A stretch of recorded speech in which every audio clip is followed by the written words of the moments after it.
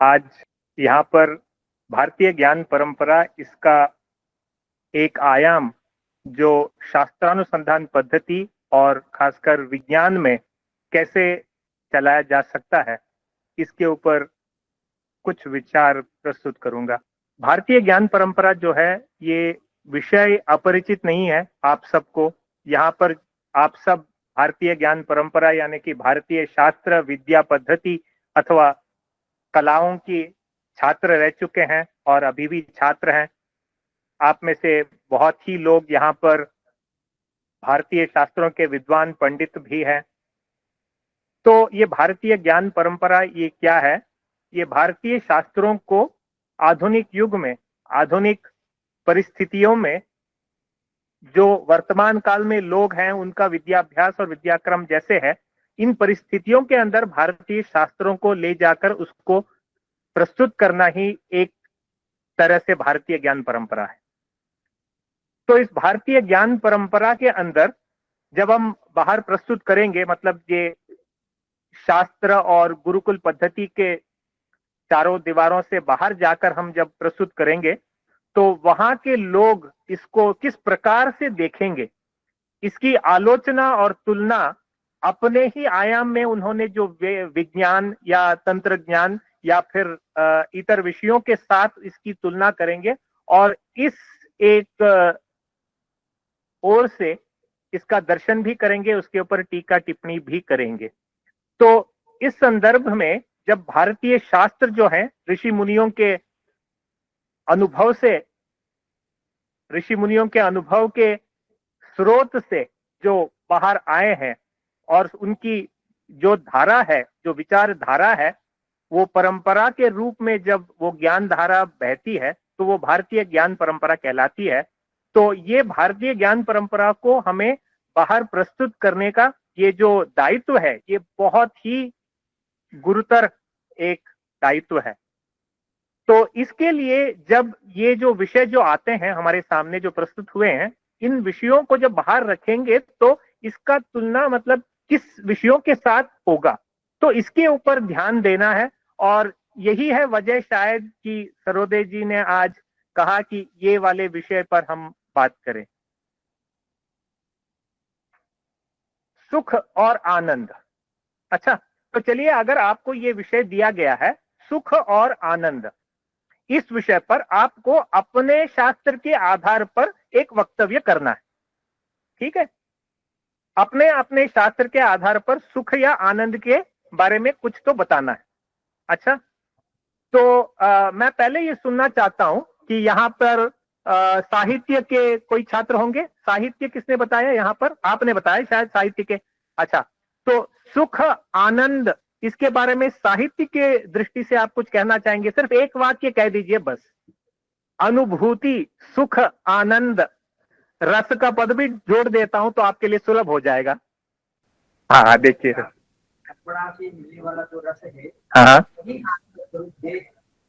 ऐसे बता दिया, बहुत बढ़िया। तो काव्य की जो आत्मा है, तो उसके ऊपर बहुत सारा चर्चा होता होगा। तो साहित्य में काव्यस्य आत्मा ध्वनि ही, वो भी एक है, और काव्य की आत्मा और क्या है? रस है, ये भी एक है। तो ये रस क्या है? ये जो रसन, इससे जब प्रेक्षक जो होते हैं वो उसका अनुभव करते हैं, तभी वह उसको वो रस कहलाता है। तो वो क्या अनुभव करते हैं? सारे रस अनुभव करते हैं। तो ये नव रस कौन से हैं, अष्ट रस कौन से हैं? जो भरत मुनि तो सिर्फ 8 ही कहे हैं। तो नवा रस है, शांत रस है, जो उसके बाद में आता है। तो यही रसानुभूति ही एक तरह का आनंद है, ये साहित्य में लोग कहेंगे। तो चलिए अब व्याकरण में देखते हैं, रस और आनंद और सुख की क्या परिभाषा है? व्याकरण के दृष्टि से उसकी एक परिभाषा होती है। तो वैसे ही आप वेदांत के मतलब दृष्टि से देखें तो आनंद की क्या परिभाषा आपको मिलेगी? वेदांत भले ही आप ना पढ़े हो, लेकिन हर कोई तो वेद के कुछ तो मतलब कुछ अध्ययन किया होगा। उसमें आनंद कहाँ आपने सुना है? आनंद का नाम कहाँ सुना है आपने? ब्रह्मानंद, उसके ऊपर एक वल्ली है, ब्रह्मानंद वल्ली है, उसमें आनंद मीमांसा भी होता है वहां पे। उसके वो मीमांसा शास्त्र नहीं, लेकिन तैत्तिरीय उपनिषद के अंदर आनंद मीमांसा है एक। तो उसमें क्या कहते हैं? अन्नमय, प्राणमय, मनोमय, विज्ञानमय, और उसके बाद में आनंदमय है। वो भी है, और आनंद की मीमांसा होती है, कौन सा पहले है, उसके बाद में अंतिम चरण पे कौन सा आता है, ब्रह्मानंद। तो वेदांत के दृष्टि से आनंद की व्याख्या और उसकी परिभाषा इस तरह से होती है। तो अगर सामान्य जन को, सामान्य लोगों के लिए कुछ कहना है आनंद और सुख शांति वगैरह के लिए, तो क्या कहेंगे? इन सब को मिलाकर के कहेंगे, देखिए हमारे जीवन में तो बहुत सारे सुख दुख की संगतियां आते रहती हैं, तो लेकिन इससे बहुत बड़ा परम सुख है, और हमारे शास्त्र कहते हैं कि सबसे बड़ा सुख ब्रह्मानंद है, वो भक्ति से मिलता है, ज्ञान से मिलता है, कर्म से मिलता है, इत्यादि इत्यादि। और हम इस तरह से लोगों को कहते हैं कि जीवन का ध्येय सचमुच क्या है, वो आनंद को पाना ही है। तो ये भारतीय ज्ञान परंपरा को अनेक अनेक शास्त्रों के रीति से देखेंगे और कहेंगे। अच्छा, तो बस अब हम इतना ले लेते हैं कि इसी विषय के बारे में अगर आपने विज्ञान, आधुनिक विज्ञानी के सामने ये रख दिया, तो बोल दिया कि आप आनंद या सुख के बारे में कुछ तो कह दीजिए, ठीक है? तो आधुनिक विज्ञान कैसे चलता है, तो इसके बारे में एक या दो शब्द कहूंगा और फिर बाद में हम आगे जाएंगे। तो हर एक शास्त्र जो है, आप शास्त्र की जब मतलब अध्ययन शुरू करते हैं, तो शायद पहले ही चैप्टर में आएगा कि इसके कौन से प्रमाण हैं, हमारे शास्त्र में कौन से प्रमाण हैं, और हम कैसे निश्चित करेंगे किसी भी विषय के बारे में, ये होगा वो होगा इत्यादि। तो प्रमाण पहले ही आ जाते हैं। तो यहां पर लेकिन कोई एक्सप्लिसिटली कहते नहीं है कि हमारे इसके अंदर प्रमाण ऐसे ऐसे हैं, कहते नहीं है, लेकिन सारे के सारे विज्ञान के अंदर प्रमाण तो एक रीति सिर्फ एक ही है, प्रत्यक्ष को ही मानते हैं, अनुमान को भी मानते हैं, लेकिन उसके बाद वाले कोई भी प्रमाण नहीं मानते, जैसे कि शब्द प्रमाण, आगमन प्रमाण, ये कुछ नहीं वहां पे माना जाता है, सिर्फ शब्द प्रत्यक्ष और अनुमान। लेकिन विज्ञान में क्या है, इन दोनों के साथ और एक तरह का प्रमाण होता है, वो होता है प्रमाण। जो प्रत्यक्ष है, ये प्रत्यक्ष का ही एक और दूसरा रूप है। जैसे कि अभी प्रत्यक्ष और अनुमान दोनों को मिला के एक नया सा रूप है, ऐसे कह सकते हैं। अब प्रत्यक्ष और अनुमान तो आपको पता ही है, जो आपने नयनों से देखा वो प्रत्यक्ष हो गया, और धूम को देखकर आपने अग्नि का कुछ ये अंदाजा लगा लिया, तो वो अनुमान हो गया। लेकिन देखिए, अगर आपको पता लगाना है कि आपका मतलब ये टेम्परेचर कितना है, कि बाहर का तापमान कितना है, तो आप क्या करेंगे? बुखार है कि नहीं देखने के लिए क्या करेंगे आप? थर्मोमीटर लगाएंगे और थर्मोमीटर निकाल के बोलेंगे 100 है, 99 है, तो उसके ऊपर आप कुछ काम करेंगे। तो ये कौन सा प्रमाण हुआ? ये आपने तापमान को देखा है क्या? कौन से इंद्रिय से आपने देखा? हाथ लगा के देखा, टेम्परेचर देखा, आपने बताया कि 100 है। ये प्रत्यक्ष है, लेकिन प्रत्यक्ष मैंने विषय को, अर्थ को ही नहीं देखा। जो जिस विषय के बारे में अनुभव करना था उसको डायरेक्टली मैंने नहीं देखा, बीच में एक उपकरण है, उपकरण के रूप में से मतलब वाया देखा है मैंने, उसके रूप से मैंने अनुमान भी थोड़ा किया, ऐसे कह सकते हैं। लेकिन विज्ञानी जो क्या मानते हैं कि जो उपकरण से देखा जा चुका है उसको प्रत्यक्ष ही मानते हैं। वो मानते हैं जैसे कि मैंने डायरेक्टली देख ही लिया। और वैसे भी हमारा भी अनुभव वही कहता है, अरे मैंने देखा यार, टेम्परेचर नहीं है तुमको। बच्चा बोलता है नहीं नहीं नहीं सर, मुझे 100 का टेम्परेचर है, मम्मी मुझे मत जाने देना स्कूल, आज छुट्टी दिलवा दो मुझे, है ना?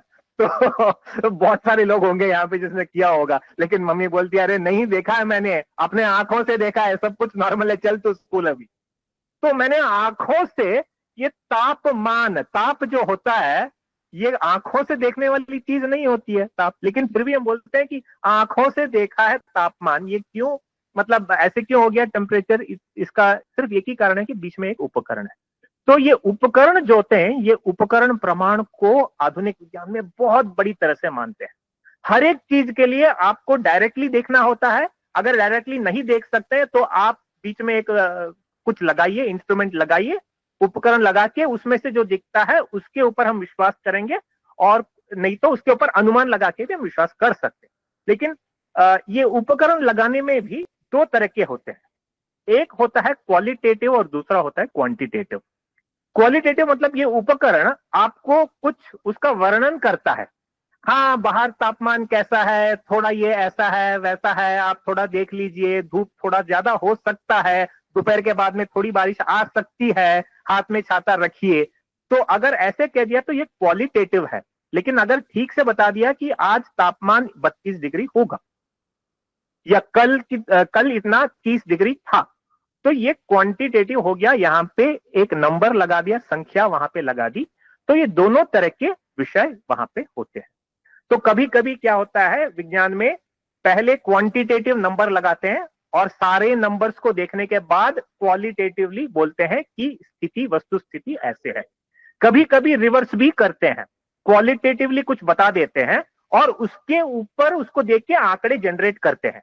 अगर ऐसे ऐसे लोगों को, जैसे कि सर्वे, आपको सर्वे के बारे में पता है, सर्वे में सबको सबसे पूछते हैं आपको अब कैसे लग रहा है, आपको कैसे लग रहा है, आपको कैसे लग रहा है।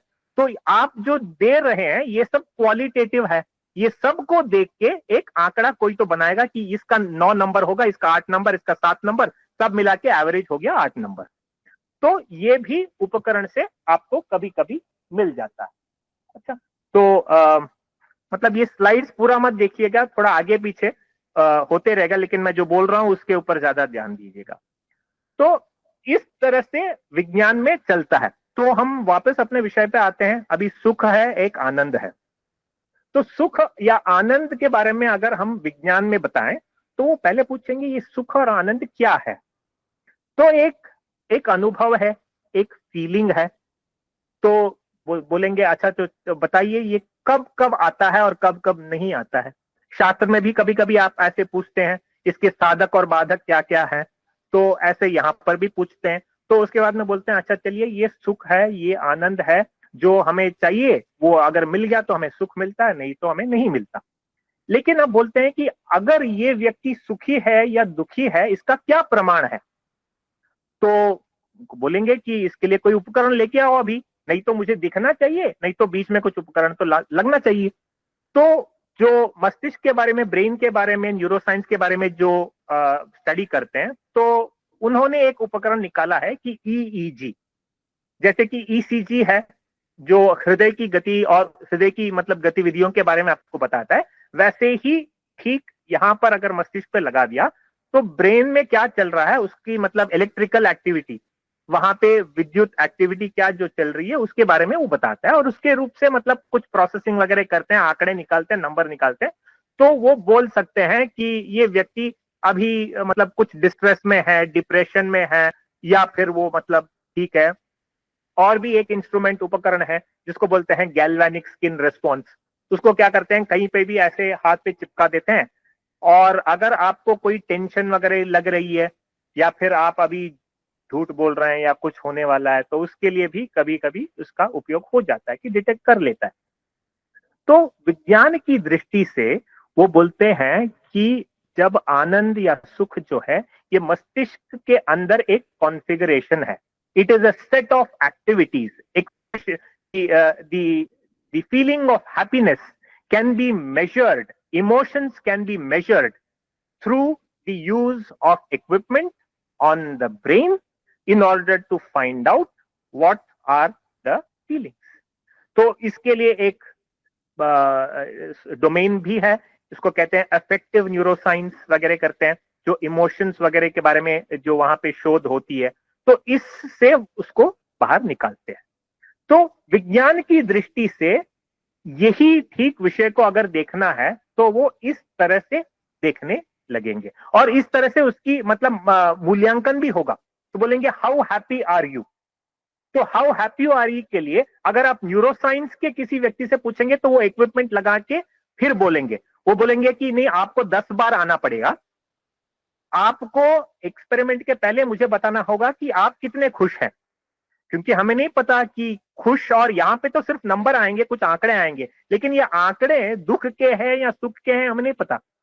तो पहले आपको बताना पड़ेगा कि क्वेश्चनएयर होगा, आपको आंसर करना पड़ेगा। अब बोलेंगे मैं इतना सुखी हूं, इतना दुखी हूं, और फिर रिकॉर्डिंग के लिए जाएंगे, 10 बार ऐसे किया जाएगा। तो वो देखेंगे जब जब आप खुश थे तो आपका रिकॉर्डिंग कैसे आया, जब जब आप दुखी थे तब आपका रिकॉर्डिंग कैसे आया। तो ये बताएगा कि इस व्यक्ति का दुख और सुख का रीडिंग कैसे आएगा। तो फिर ये सिर्फ एक व्यक्ति का है, फिर यही एक्सपेरिमेंट हजारों लोगों के ऊपर जब चलेगा तो उसको सब एवरेज वगैरह करेंगे तो बोलेंगे व्यक्ति कोई भी हो जाने दीजिए, सुख की यही एक गुण है, सुख का लक्षण ये होता है और दुख का लक्षण ये होता है। तो यहां पर भी लक्षण आते हैं, उसके लक्षण कहते हैं कि ये है वो है। तो साइंस में ऐसे होता है, खासकर साइंस में क्या है कि लोग ऐसे पूछते हैं कि ऐसे प्रश्न पूछते हैं कि ये कैसे चलता है, इसके पीछे का रहस्य क्या है, ये सृष्टि के पीछे का रहस्य क्या है। ये ज्यादातर साइंस में ऐसे होता है। और इंजीनियरिंग और टेक्नोलॉजी में क्या होता है, इंजीनियरिंग और टेक्नोलॉजी थोड़ा उपयोगिता के ऊपर चलता है। वो बोलते हैं अच्छा वो कैसे भी चलने दीजिए, उसके बारे में हमें ज्यादा कुछ नहीं चाहिए, लेकिन हमें लोगों को खुश करना है। अच्छा, तो कोई मूवी बनाने वाला होगा, प्रोड्यूसर या डायरेक्टर होगा, उसको पैसा कब आएगा, जब लोग देखेंगे और खुश हो जाएंगे तभी उसको पैसा आएगा। अब वो इतना पैसा लगाया उसने और बाहर मूवी डाल दिया और मूवी फ्लॉप हो गया तो उसका पैसा गया बर्बाद अभी। तो हर डायरेक्टर को लगता होगा कि अगर मुझे पहले ही पता चल जाए कि ये मूवी फ्लॉप होने वाली है या हिट होने वाली है तो मैं पहले ही रोकता हूं ना, मैं पैसा क्यों बर्बाद करूं। तो वहां पे क्या है, लोगों की रसानुभूति को ये पहले ही जान परख के जानना चाहते हैं, जान परख पहले ही हो जानी चाहिए ताकि मैं पैसा वेस्ट ना करूं।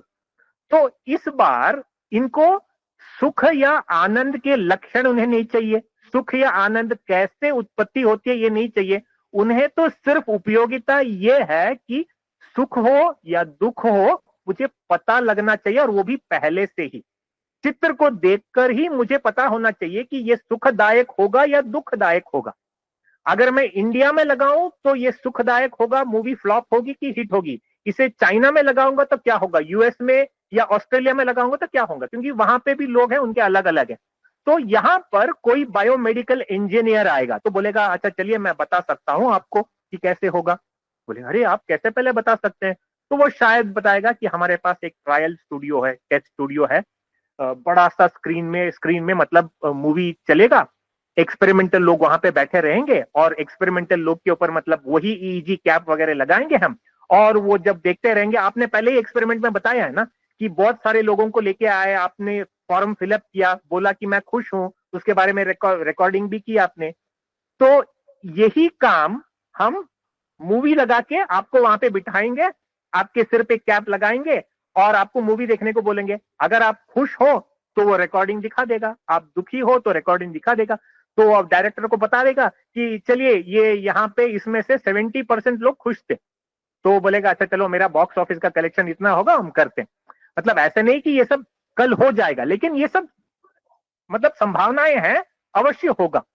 ये मतलब ऑलरेडी हो ही रहा है, पूर्ण रूप से नहीं हुआ है लेकिन हो जाएगा कभी ना कभी।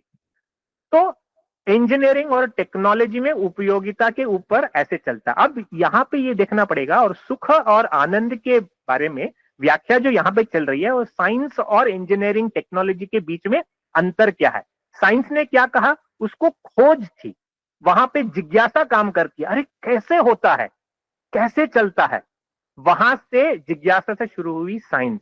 अगर साइंस ने जब कुछ पता लगाया तो इंजीनियरिंग वगैरह आता है, तो वो बोलते हैं इससे पैसे कैसे बनाएंगे, इसको उपयोगिता में कैसे कन्वर्ट करेंगे। तो इस तरह से इंजीनियरिंग चलता है। लेकिन अभी विषय क्या है, रसानुभूति, आनंद, सुख, ये सब हमारे लिए प्रस्तुत विषय है कि नहीं, हमारे लिए प्रस्तुत है। इसके बारे में हमारे भारतीय ज्ञान परंपरा में कहा है कि नहीं, हाँ कहा है। इसके बारे में विज्ञान में कहा है कि नहीं, हाँ कहा है। लेकिन अब भारतीय ज्ञान परंपरा का मतलब अगर कॉम्पोजिट एक स्टडी होगा, इसमें भारतीय शास्त्र भी होंगे, विज्ञान भी होगा, इंजीनियरिंग भी होगा, तो ये सब मिला के कैसे होगा। तो यहां पर हमें विज्ञान और टेक्नोलॉजी के अंदर जो कुछ भी उपकरण है इसको स्वीकार करना पड़ेगा। ये उपकरण लेंगे, लेकिन दृष्टि जो होगी वो भारतीय दृष्टि होगी। और भारतीय दृष्टि क्या कहती है, हमारे सुख और आनंद के बारे में क्या कहती है, तो वो हमेशा देखती है कि हमें दो तरह के मतलब सुख चाहिए, हमें योग भी है, भोग भी है। यतः अभ्युदय निश्रेयस सिद्धि स धर्म, तो वहां पे अभ्युदय भी चाहिए, निश्रेयस भी चाहिए, तो दोनों चाहिए हमें। यहाँ पे वस्तुओं का उपभोग भी चाहिए और हमें योग का ब्रह्मानंद भी चाहिए। तो अगर ये जब आता है तो एक भारतीय दृष्टि से अगर देखा जाए तो इसका उपयोग कैसे होगा वहां पर? अगर आपके पास एक उपकरण है और ये उपकरण कह सकता है कि आप सुखी हैं या दुखी हैं, तो इसको अगर ऐसे व्यक्ति के हाथ में दिया जाए तो इसका उपयोग को भारतीय शास्त्र के साथ जोड़ा जा सकता है और जोड़कर कोई कह सकता है कि जीवन का लक्ष्य जो है अभ्युदय और निश्रेयस दोनों को हासिल करने में है। और इस दृष्टि से अगर देखा जाए तो इस इक्विपमेंट का कैसे उपयोग होगा इसको देख के हम एक स्कोर बनाएंगे। लेकिन ये स्कोर क्या बनाएंगे? मूवी हिट या फ्लॉप इसकी स्कोर नहीं बनाएंगे। तुम्हारा जीवन सफल होगा कि नहीं, तुम्हारे जीवन के 10 साल के बाद आप सोचेंगे अच्छा मैं तो खुश था या नहीं।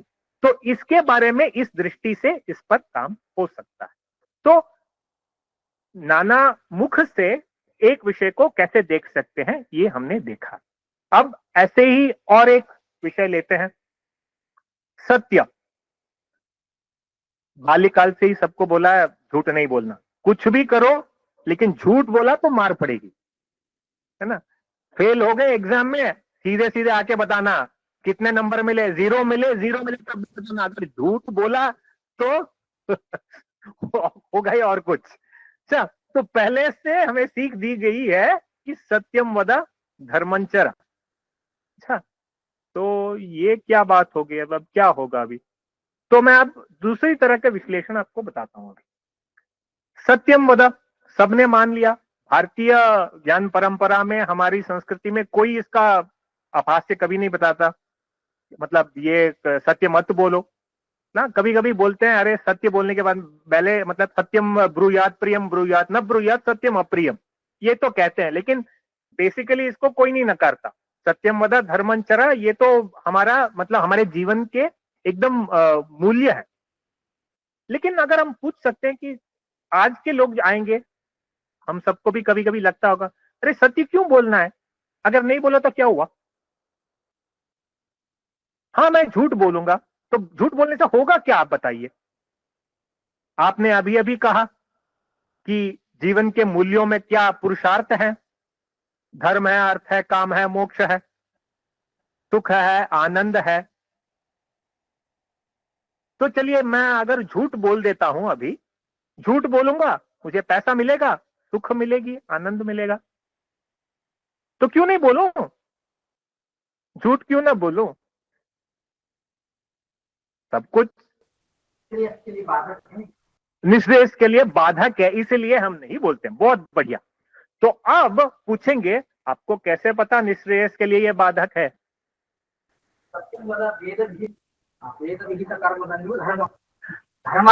अभ्युदय निश्रेयस सिद्धि। बहुत बढ़िया, आप ऐसे ही तो कहेंगे, लेकिन जो ये भारतीय ज्ञान परंपरा के बाहर है, शास्त्रों के बाहर है, बोलेंगे ये तो वेद ने कहा, लेकिन हम वेद प्रामाण्य को नहीं मानते। हम वेद प्रामाण्य को मानने वाले हैं ही नहीं हम। तो आपके वेद में किसी ने लिखा होगा, किसी ने बोला होगा, आपने भी बोल दिया, आपने भी मान लिया, चलिए आप रख लीजिए, हमारे लिए नहीं है। आप तो हमें, लेकिन तो यही है जो विडंबना है हमारे सामने कि हमारे देश के बहुत सारे लोग हैं जो वेद के प्रामाण्य को मानते हैं एक तरह से, लेकिन बहुत सारे जो लोग हैं वो इसके प्रामाण्य को नहीं मानते। ऐसे नहीं कि उनको इसके ऊपर मतलब विश्वास नहीं है, कुछ हद तक वो भी विश्वास रखते हैं कि सत्य बोलना चाहिए, लेकिन वो सिर्फ इस बात के लिए नहीं मानेंगे क्योंकि वेद में कह दिया है। तो इसी विषय का विज्ञान में कैसे शोध होगा? आप कहते हैं निश्रेयस के लिए हानिकारक है झूठ बोलना, तो पहले बोलेंगे सत्य की क्या परिभाषा है, झूठ की क्या परिभाषा है, निश्रेयस की क्या परिभाषा है, अभ्युदय की क्या परिभाषा है।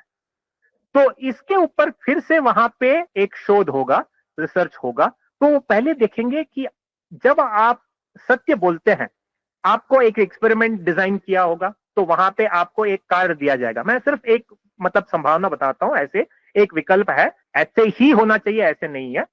आपके सामने 3-4 चीट होंगे, आप निकालेंगे, निकाल के उसको पढ़ेंगे और अब उसको बाहर बताएंगे।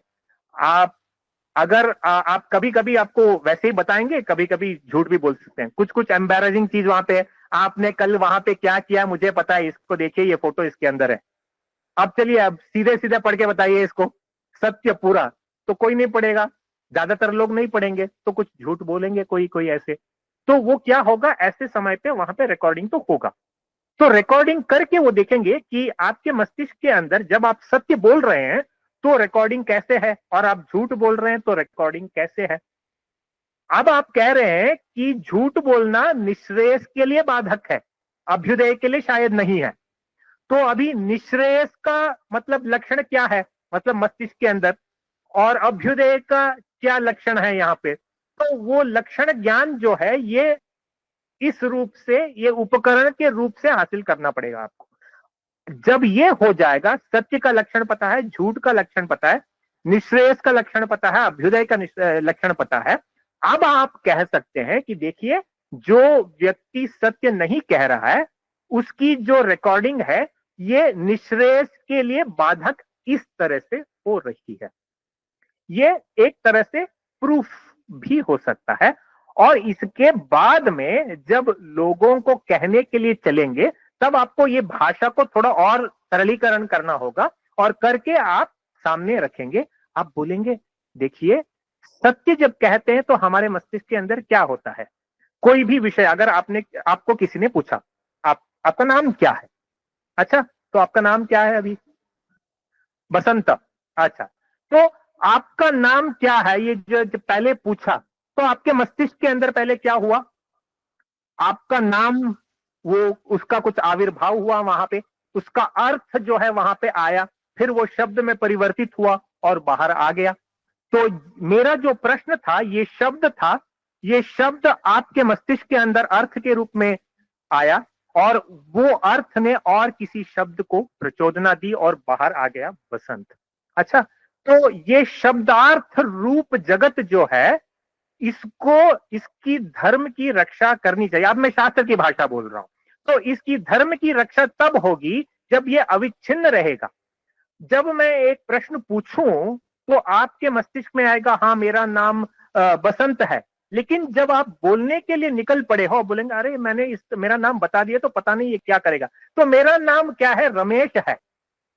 तो यहाँ पे जहां आपके मस्तिष्क में अर्थ की, मतलब अर्थ उद्भव हुआ और वहां से आपकी वाणी से बाहर आई, उसके बीच में कोई एक बुद्धि की प्रक्रिया आई और बोली, चलिए ये नाम मत बताओ और कुछ बताओ।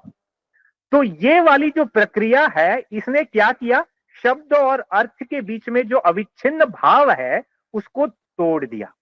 तो जब ये टूट जाता है तो हमारे शब्द की, मतलब जो शक्ति है वो टूट जाती है और शब्दार्थ के बीच में विच्छित्ति हो जाती है। और शब्दार्थ तो साक्षात पार्वती परमेश्वर होते हैं, और जब उनकी विच्छित्ति हमने करवा दी तो हमारा कल्याण कैसे होगा। ये शास्त्र की भाषा है। तो चलिए अब हम बाहर, ये शास्त्र के मतलब प्रकोष्ठ से बाहर निकलकर कहते हैं, तो वहां पे ये नहीं कह सकते, बोलते ये क्या शब्द है, क्या अर्थ है, हमें क्या पता है, इससे हमें क्या लेना देना। तो उनको कहना पड़ेगा, देखिए, health is something like this. जब सब कुछ नेचुरल है तो आपका आरोग्य ठीक रहेगा। आपने पेस्टिसाइड डाल दी वहां पे तो क्या होगा, देखिए पंजाब में क्या हो रहा है, कैंसर फैल रहा है, क्यों, आपने केमिकल पेस्टिसाइड डाल दी। तो इसीलिए आज हम सब लोग क्या कर रहे हैं, बहुत सारे लोग पैसे दे के ऑर्गेनिक्स खरीद रहे हैं, जहां पे ऑर्गेनिक नेचुरल मैन्यूर वगैरह लगाया, तो वहां पे तो ये क्या हुआ। तो इससे हमें क्या सीख मिलती है, जहां पर भी सृष्टि प्रकृति की जो एक चाल चलन है उसके बीच में हस्तक्षेप करना हमारे लिए बहुत महंगा पड़ता है। और अब आप क्या कर रहे हैं, हम जब कह रहे हैं कि हमारे मस्तिष्क से जो निकल रहा है हमने बीच में कुछ तो लगा दिया और एक बुद्धि की प्रक्रिया आई, हमने बताया कि नहीं मेरा नाम रमेश है, बसंत नहीं है।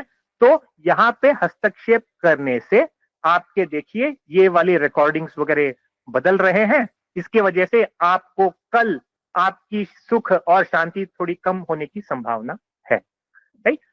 ऐसा नहीं कि ये सारे एक्सपेरिमेंट्स आज हो चुके हैं, ये सब होने बाकी हैं, लेकिन ये करने के लिए बहुत सारे लोगों का एक साथ एकजुट मिलके काम करने हैं। तो यहाँ पे जो शास्त्र के अध्येतार हैं, शास्त्र के ज्ञानी जो हैं, जो विज्ञान जानते हैं, जो अभियांत्रिकी कला जानते हैं, ये सब इकट्ठे आएंगे और सब मिलके काम करेंगे, तभी ऐसे रिजल्ट्स होंगे। और हम भारतीय ज्ञान परंपरा को हम बाहर भी लेकर के जा सकते हैं। तो मैंने आपको अभी 2-3 ऐसे उदाहरण दिए हैं जिससे हम देख सकते हैं कि हर एक विषय का यहाँ पर भारतीय ज्ञान परंपरा में अथवा भारतीय शास्त्रों के अंदर विविध शास्त्र में हर एक तरफ विभिन्न रूप से उसकी परिभाषा होती है, उसका मतलब बोली जाती है, उसी का मतलब विज्ञान में अलग तरह से होता है और इंजीनियरिंग वगैरह में अलग तरह से होता है, और इन सब का समन्वय जो है जब होगा तो उससे बहुत लोक कल्याणकारी विषय बाहर आएंगे। तो यही मेरे वक्तव्य का मुख्य विषय था कि हम भारतीय ज्ञान परंपरा को विज्ञान और टेक्नोलॉजी के मतलब क्षेत्र में कैसे ले जा सकते हैं, और इसके लिए कौन सी सिद्धताएं हमें करनी पड़ेगी और क्या क्या हमें करना पड़ेगा, और दृष्टिकोण में भेद और विभिन्नता कैसे आती है।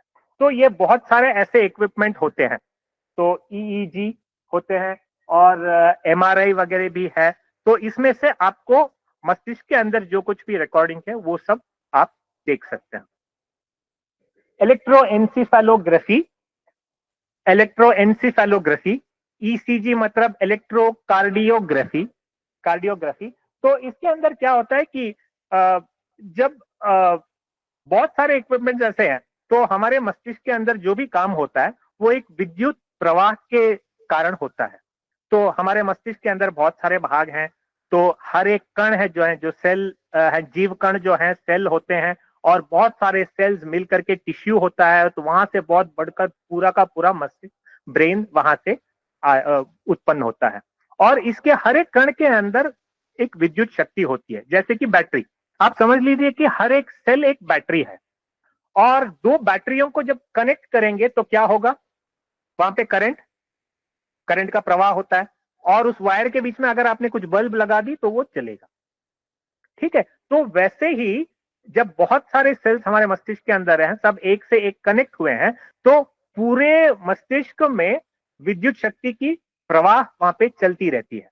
अब ये प्रवाह का जो रूप है, कहां पर कितना विद्युत मतलब चल रहा है और कहां पे वोल्टेज ज्यादा है, यहाँ कहां पर कम है, कहां पर इलेक्ट्रिसिटी करंट ज्यादा है, मतलब ये इतनी ज्यादा इलेक्ट्रिसिटी नहीं होती है, बहुत बहुत कम होती है, जैसे कि मिली एम्पियर्स, मिली वोल्ट्स, नैनो एम्पियर्स वगैरह में होती है, बहुत बहुत कम। ऐसे नहीं कि आपने छुआ और आपको शॉक लग गया। तो ये बहुत कम मात्रा में होती है, लेकिन फिर भी होती है वो सही, और इसी से सब कुछ चलता है। तो इसके अंदर इसको रिकॉर्ड करने के लिए बहुत सारे मेथड्स हैं। एक है EEG, यहाँ पे लगाकर आप रिकॉर्ड कर सकते हैं। दूसरा होता है मैग्नेटिक रेजोनेंस इमेजिंग।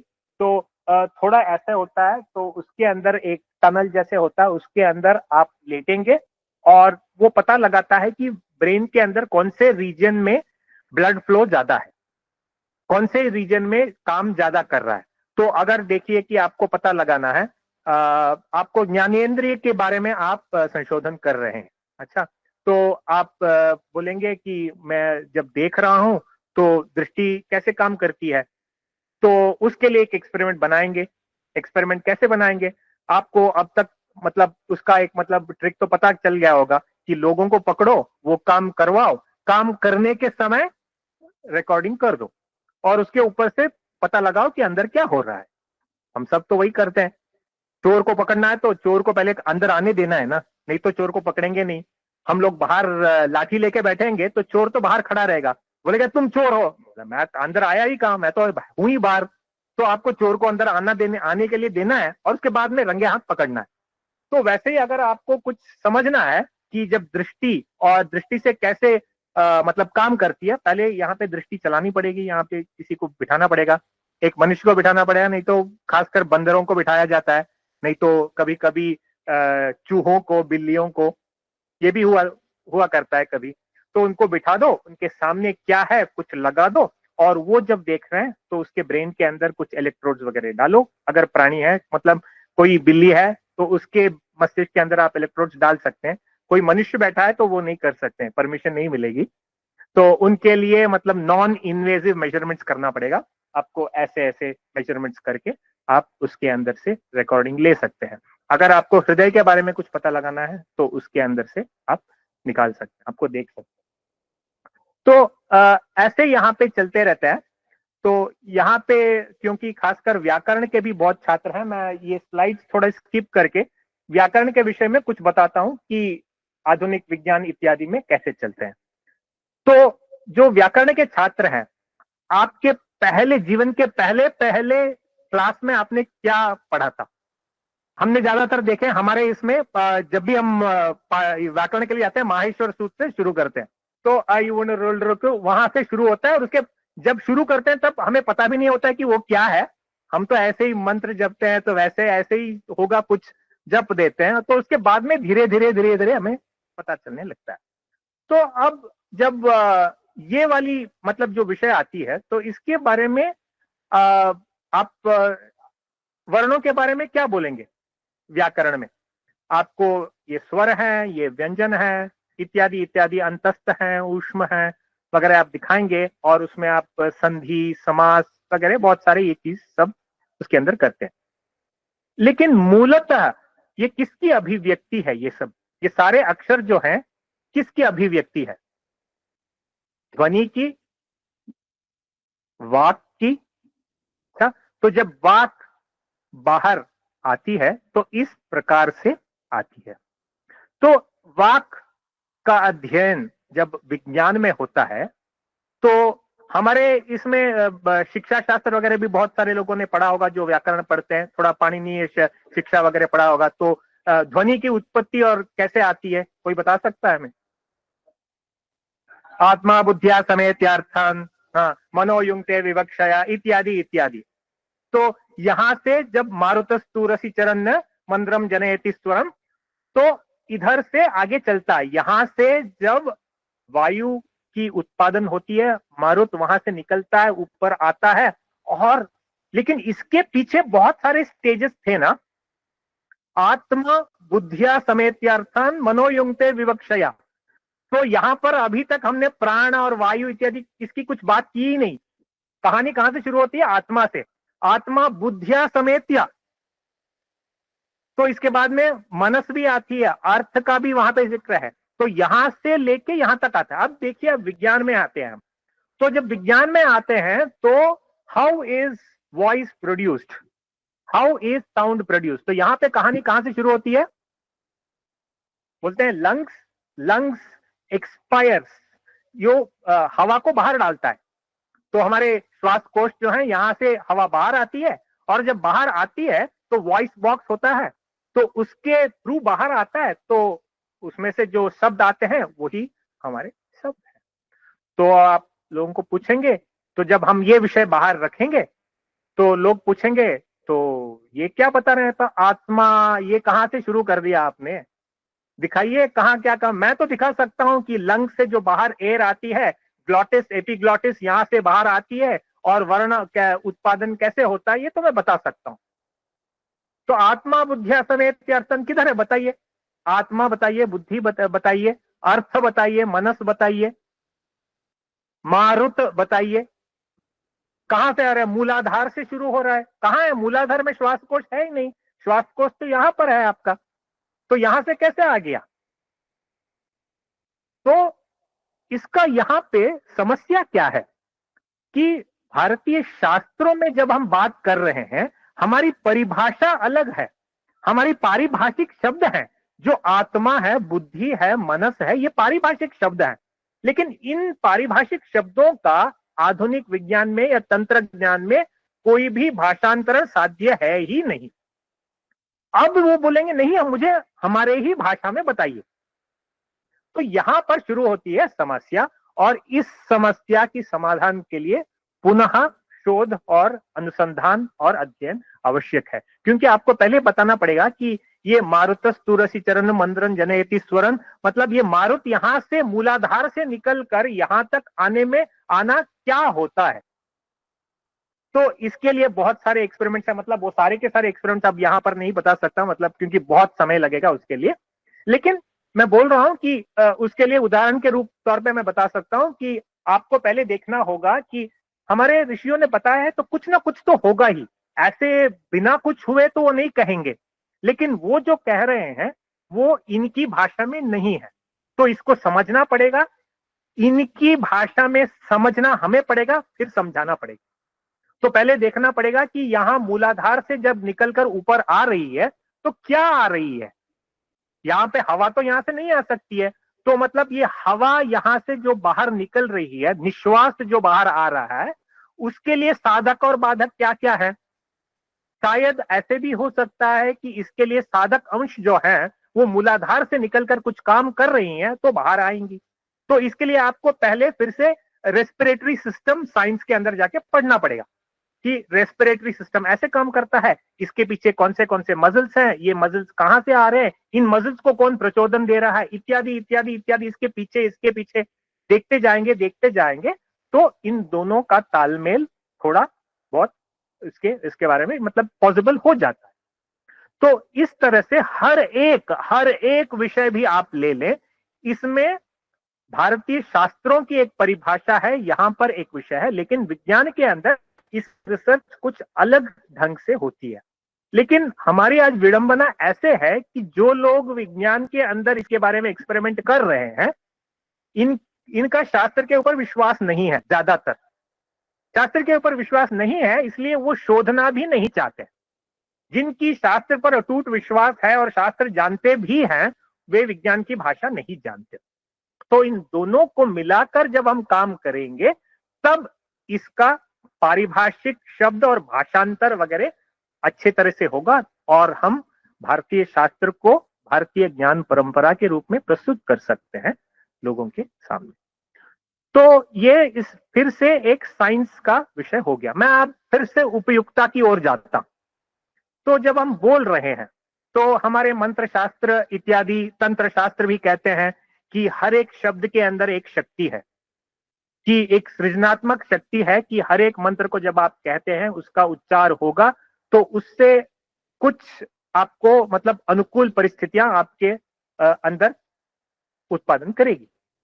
तो इसको लेकर के लोग क्या करने शुरू करेंगे। अभी बाहर जो लोग है बोलेंगे this is the Mantra, the sound, the energy करके।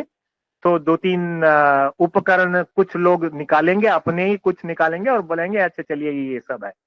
तो लेकिन अभी इसकी उपयुक्तता के लिए अगर आपको कुछ कहना है कि देखिए आज मैं आपको एक उदाहरण देता हूं कि आधुनिक हेल्थ एरिया में भी कैसे काम चल रहा है।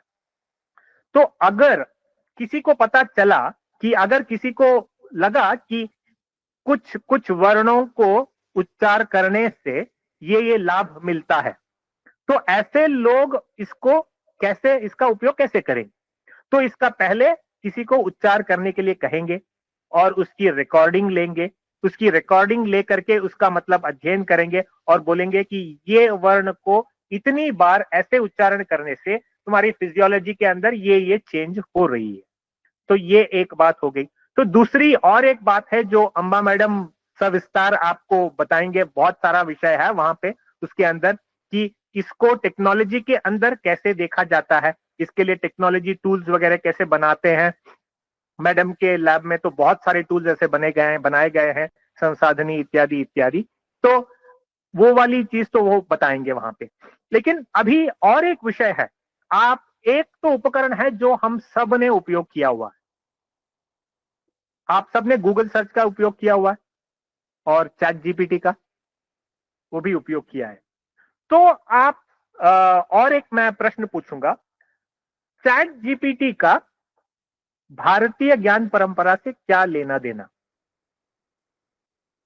कोई सोच के बता सकता है? चैट जीपीटी ये भारतीय ज्ञान परंपरा के अंतर्गत कोई विषय हो सकता है कि नहीं?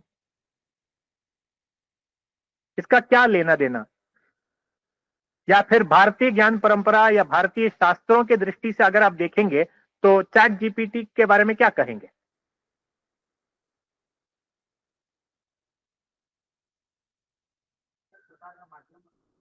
प्रचार प्रसार का माध्यम बन सकता है। अच्छा चलो पहले उसके लक्षण निकालते हैं। हम्म हम्म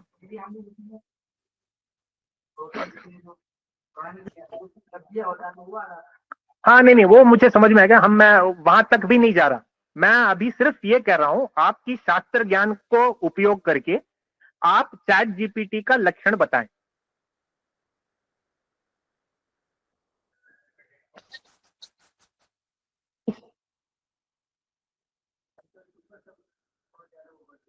हम्म।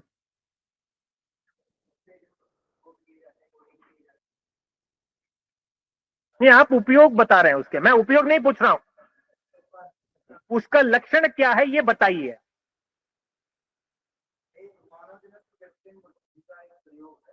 हम्म। वो अपनी अनुसार जो जितना भी डाटा सेव है उस डाटा को लेकर के आपके सामने प्रस्तुत कर जाता है। कब प्रस्तुत करता है? अपने आप कर देता है क्या?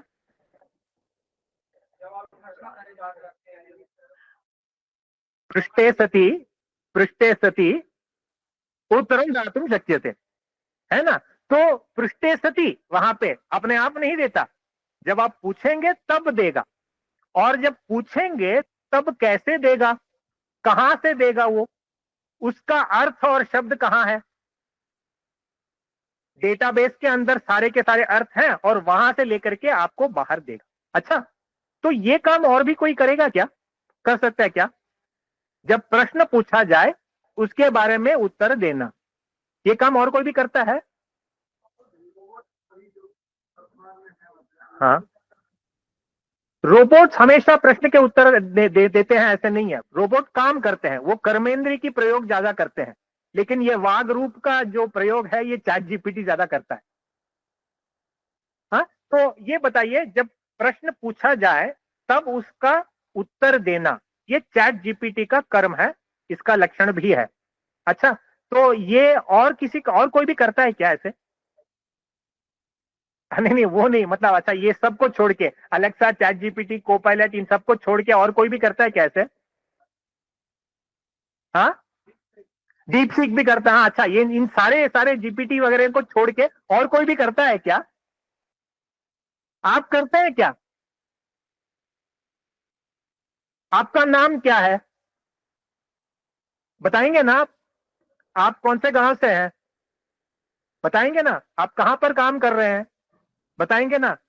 100 शब्दों में इस गंगानाथ झा परिसर के बारे में बताइए, बताएंगे ना? तो आप भी तो कर रहे हैं, हम सब तो कर रहे हैं ये। अतिव्याप्ति है ना, तो यहाँ पे अतिव्याप्ति आ गई, तो यहाँ पे अति क्या है वहां पे? मतलब यहाँ पर व्याप्ति अति कैसे हो गई? हाँ हाँ, तो ये इन दोनों में विभिन्नता क्या है, अंतर क्या है? अभी चैट जीपीटी वहां पे अतिव्याप्ति किस तरफ है? अतिव्याप्ति है कि अव्याप्ति है? अच्छा, तो यहाँ पे देखिए, चैट जीपीटी जो है जितने प्रश्नों का उत्तर दे सकता है वो बहुत ज्यादा है, लेकिन हम में से कुछ जो लोग हैं, हम जो प्रश्न का उत्तर दे सकते हैं वो कम है। ठीक है कि नहीं? तो लेकिन हम में और चैट जीपीटी में वैसे तो अंतर नहीं है, हमारा कर्म तो एक जैसे है, लेकिन हमारी व्याप्ति जो है उसमें थोड़ा अंतर है, उसकी व्याप्ति बहुत बड़ी है। आप दुनिया के किसी कोने में किसी चीज के बारे में पूछेंगे तो बता देगा। लेकिन ऐसे भी कुछ प्रश्न है क्या जो चैट जीपीटी नहीं बता पाएगा और आप बताएंगे? चैट जीपीटी सिर्फ उतना ही जानता है जितना कि इंटरनेट के ऊपर है। जो इंटरनेट के ऊपर नहीं है उसका तो व्याप्ति वहीं पे खत्म होता है। तो जो इंटरनेट में नहीं है वो नहीं आएगा आपके मस्तिष्क के अंदर, जो है वो उसके मस्तिष्क में नहीं होगा। अच्छा, तो अब मुझे ये प्रश्न पूछना है कि चैट जीपीटी जो है, तो हमारे भारतीय ज्ञान परंपरा की दृष्टि में ये लोकोपकारी है या नहीं? दोनों चीजें हैं, तो कब लोकोपकारी होगा और कब नहीं?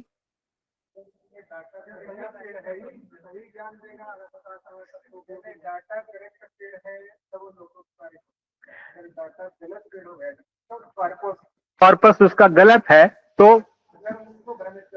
हजारों लोगों को एक साथ भ्रमित कर देगा।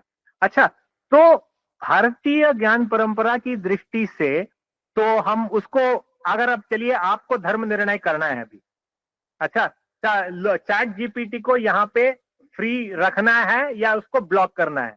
आपको ये धर्म संसद लगाए यहाँ पे। अच्छा, तो ये संसद में आपको बोलना है कि इसको चैट जीपीटी को रहने देना है कि नहीं है। तो आप इसका निर्णय कैसे करेंगे? कौन से शास्त्र के अंदर देखेंगे इसको? आप कोई मिलेगा आपको? कलौ तो पराशर, यहाँ देख लीजिए, पराशर में कहीं मिल जाए आपको, पराशर मुनि ने कहीं बताया है कि नहीं? तो इसका निर्णय कैसे करेंगे आप?